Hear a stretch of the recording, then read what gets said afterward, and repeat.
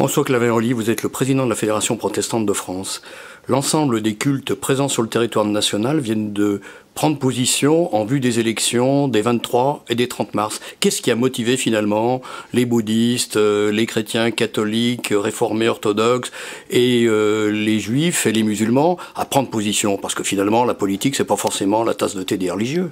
C'est en tout cas de rappeler qu'être croyant n'exempte pas de la responsabilité d'être citoyen. Et ça a été, je crois, le fil rouge de la déclaration. Croyant et citoyen en même temps. Alors finalement, à quoi portez-vous votre attention? Sur quoi portez-vous votre attention? À quoi demandez-vous d'être attentif en vue de ces élections? Il y a deux choses, je crois, qui sont au cœur du texte. C'est prendre ses responsabilités et puis refuser de concevoir l'avenir comme une menace, forcément. Ne pas avoir peur de l'avenir, être confiant.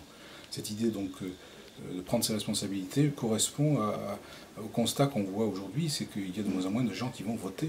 Et c'est quand même un problème important qui touche aussi les religieux, dans ce sens où les religions, quelles qu'elles soient en France, ont un rapport à la fraternité, à la société, à la solidarité. Donc voilà, une prise en compte de la responsabilité citoyenne. Un des accents de ce texte, c'est aussi la fraternité.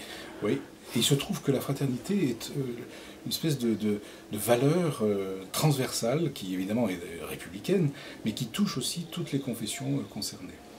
La République et le protestantisme, en France, c'est une longue histoire. C'est une longue histoire, une histoire fraternelle là aussi.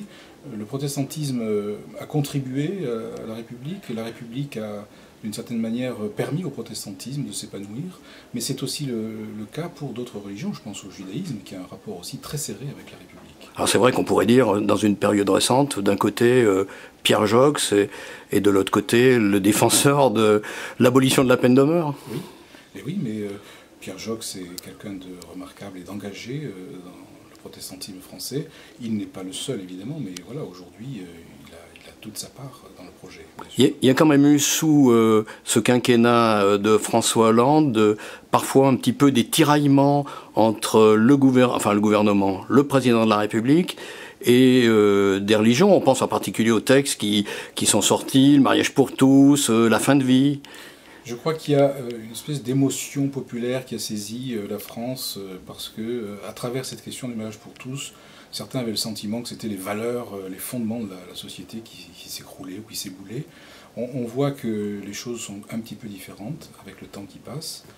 Le protestantisme, sur ce sujet d'ailleurs, est resté extrêmement prudent et beaucoup plus sage d'une certaine façon, même si cela n'a pas empêché d'avoir des positions critiques à l'égard de ce projet de loi. Mais une fois que c'est fait, je crois qu'il faut quand même garder les choses et ne pas hystériser la situation. Et puis peut-être grâce à l'implication de Didier Sicard, qui a présidé le comité national d'éthique, mais qui est aussi un protestant, vous avez été aussi attentif à la fin de vie. Oui, mais sur la fin de vie, oui. Sur la fin de vie, là, c'est une réflexion qui est portée par les églises chrétiennes depuis très longtemps, et en protestantisme aussi, puisqu'on a non seulement des réflexions éthiques, mais aussi des pratiques dans les établissements sanitaires et médico-sociaux, dans les fondations, dans les hôpitaux. C'est un sujet qu'on connaît, qu'on expérimente. Donc sur cette question de la fin de vie, là je crois qu'on pourrait dire que les religions sont d'une certaine manière expertes. Elles ont quelque chose à dire qui est fondé sur du réel. Je reviens un petit peu à ce qui est au cœur de votre mission, le religieux, et je terminerai avec un des thèmes qu'on a abordé. On a parlé du mariage pour tous, donc du mariage des personnes homosexuelles. Au sein du protestantisme, on s'interroge sur la bénédiction des couples homosexuels.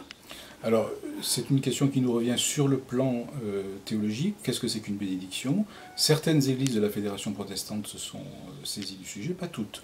D'autres ont déjà des réponses là-dessus qui sont plutôt fermées. Donc c'est un débat qui est interne au protestantisme, c'est un débat qui traverse le protestantisme, comme il traverse d'ailleurs la société.